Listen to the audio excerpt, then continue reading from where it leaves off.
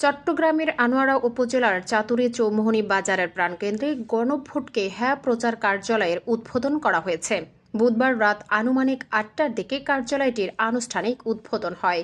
উদ্বোধনী অনুষ্ঠানে সভাপতিত্ব করেন আনোয়ারা উপজেলার জাতীয় নাগরিক পার্টির যুগ্ম সমন্বয়কারী মোহাম্মদ দেলোয়ার হোসেন। অনুষ্ঠান সঞ্চালনা করেন আনোয়ারা উপজেলার যুবশক্তি সংগঠক জি.এম. রিয়াজউদ্দিন। প্রধান অতিথি হিসেবে উপস্থিত ছিলেন চট্টগ্রাম বিভাগীয় বেসরকারি কারা পরিদর্শক ও গণভোটকে হ্যাঁ এর প্রধান অ্যাম্বাসেডর এবং এনসিপির কেন্দ্রীয় অন্যতম সদস্য জোবাইরুল আলম মানিক।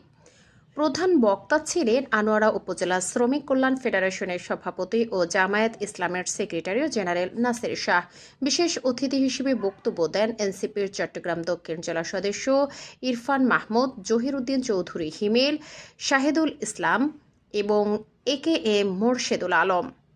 এ সময় আরও উপস্থিত ছিলেন তানফির হোসেন, আরিফুল ইসলাম, আহমদ নূর, সাজ্জাদ হোসেন, বোরহান ও রাসেল সহ স্থানীয় নেতাকর্মীরা। অনুষ্ঠান শেষে আনোয়ারা উপজেলা জামায়াতে ইসলামের সেক্রেটারি জেনারেল মাওলানা নুরুল করিম শিহাব মোনাজাত পরিচালনার মাধ্যমে কর্মসূচির সমাপ্তি ঘোষণা করেন।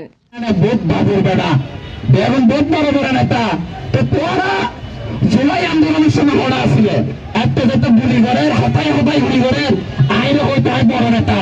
বর্তমানে দিল্লিতে এমন কোন দেশে ইতিহাস নেই, পলাতক ব্যক্তির দেশে আবার শিকড় লাগে, আবার শিকড় তোলার মতো এমন কোন ব্যক্তি নেই, কিন্তু বাংলাদেশের মধ্যে এরকম ইতিহাস আছে।